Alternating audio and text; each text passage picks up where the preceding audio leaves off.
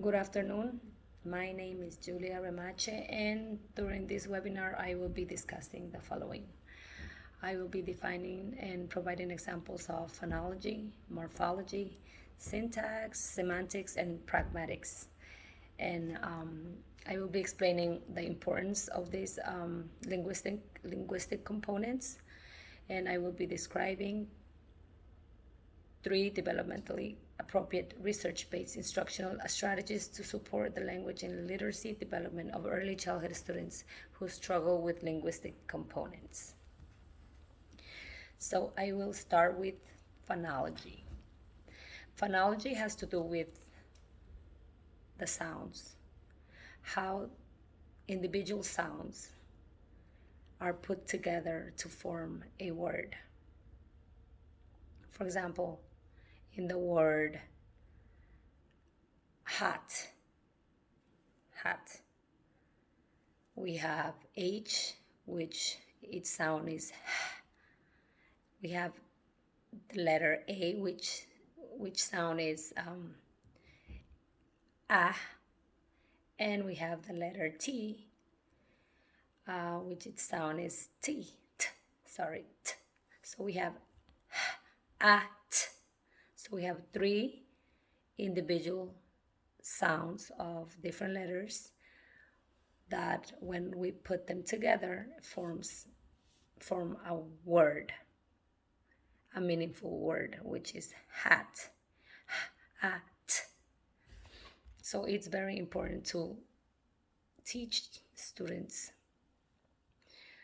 phonology because it's going to help them to learn how to read, eventually even write. So they can guide themselves by its sounds and they can write it down. The second one is morphology. So morphology deals with how words are formed. Like in phonology, sounds were put together to form a word. In morphology, we put different phonemes to form a word. Like for example, in the word working, we have 2 phonemes, which is work and ing. So it's very important for children to learn about these skills because it's going to help them in their reading, and then it's also going to help them in writing. So let's say they are talking about cats, so they cannot say there are many cats. It's not gonna make sense. So they have to say there are many cats. So they have to put together those 2 phonemes, cat and so they can make it. So they can make the sentence more understandable. So the sentence makes sense. Syntax has to do with formation of sentences and grammatical rules. So in order for a sentence to make sense, it has to be in order. A sentence has to have a subject, a verb, and an object. And first has to go the subject, then the verb, and then the object for it to make sense. So let's say the frog jumps on the pond. So we have the frog, which is the subject, the verb jumps, and then on the pond, which is the object. So it has to go in that order in order for the sentence to make sense. So children have to understand and have to learn those skills in order for them to be able to communicate better and be able to read and understand what they're reading, and also communication, right? Because if they want to communicate, they have to make sense. Otherwise, they're not going to be able to be understood by others. If we wanted to say I am here, I am here, and if they say I here am, it doesn't make sense. So they have to follow the grammatical rules. Also has to do with punctuation and the periods um, that it's going to make the sentence more clear and more understandable. So semantics talks about the study of the meaning of in language. It also talks about the synonyms, which are words that have similar definition, and also antonyms, which have the opposite definition. Like for example, the opposite black, the antonym would be white. The word is close. The antonym will be open. Talking about synonyms, like in semantics, you have to understand the meaning of what is said to you of what is written. For example, if I say that's right,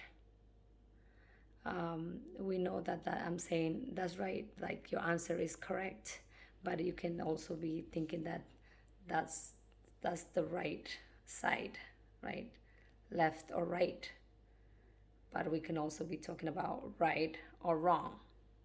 So it's the way you understand the sentence of whatever you're reading or whatever you are. If you're having a conversation and they're talking about it and then they say the right, you understand that what they're talking about is that's right, right. It's not wrong, it's right. So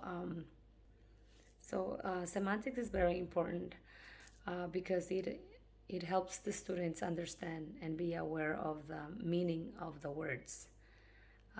They have to understand and they have to know that one word might sound the same but have a different meaning, or two words can be written the same but it has to go according to what you're reading. So it's very important for students to learn those skills. It has to be it's something logic. It's logic. That's why it's very important to comprehend the story. So pragmatics is the area of linguistics that puts meaning into context. It is a little bit difficult to explain for me, but an example would be if two people are talking and one person asks the other if he or she's hungry, and that person will answer saying that he's very hungry, that he could eat a cow. But in reality, we know that he's not going to eat a cow, but he means that he's very, very hungry. So there's these little things that it's hiding in that interpretation of the speaker. So we have to try to analyze it, and we have to try to understand what the person is trying to say. It is very important to have pragmatic skills to be able to communicate our feelings, our thoughts, and ideas differently. Now, as teachers, I think it's very important to understand these components of linguistics to better help our students with exceptionalities. We have to be able to first know our students, observe our students. What kind of help do they need? Are they understanding the meaning of semantics? Are they understanding syntax? Are they are they sounding out the letters the right way? Because if they don't do that, they're not gonna be able to form words. So everything is connected. They have to be able to sound out the letters to be able to form a word, to be able to form bigger words, which eventually will help them to form sentences, and those sentences have to have a meaning, and then when they have those skills, they're gonna be able to read the right way and to communicate and to write successfully. It's very important to, like I said before, observe to see if the children are struggling in any of these linguistics components, and give them I would say, like, for phonology, the singing songs are very very good for for children. They love songs, and that's where they hear the sounds, and they hear the letters. They can they can relate the letter with the sound, and they learn those skills by doing something they like, playing games. Also, I think it's very important to read books, and when we read, we have to be very clear, very clear. We have to be read with very slowly for them to understand and to connect the sound of the letters, and provide visuals at all times. If the children are struggling with connecting sounds with the letters, we provide them visuals, the letter with the sound. We sound out the first letter of the word when we're reading. And also, I think another important thing, very important, I think it's to point out the words as you read. So those strategies will help the children and give them a lot of activities of whatever in whatever they're struggling. Give them activities, provide them with videos they can watch, and according to their interest, do some activities in school.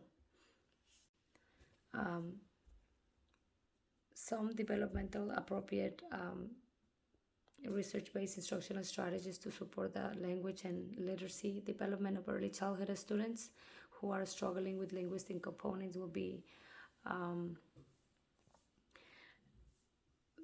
would say, as I said before, is observe the child, know their interests, know what they like, know their strengths, know their weaknesses, and based on what they like, their interests and their strengths, like, create activities. For example, if they like music, provide them music with rhyming words, with letter sounds. If they like to draw, the same thing. We write down the words, and as they see the words and as they trying to write, we provide them with the sounds. And, like, for example, if they're struggling with syntax, we could create sentences that involve them. Like, for example, let's say Carlos likes fire trucks. So he's gonna the child is gonna, feel connected that he likes fire trucks. So it's gonna be easier for him to make the sentence correctly. And as I said before, reading, it's very important. And I would say also talk to the parents so they can also work some activities at home. I would encourage the parents also to model language at home, like to speak clearly and to speak in complete sentences so they can be familiar, and that will help. And reading, following the grammatical rules, like following periods, following question marks, exclamation marks, acting out stories, that will help them a lot too. And that is all. Thank you very much, and I hope this information is very it's clear. Thank you so much.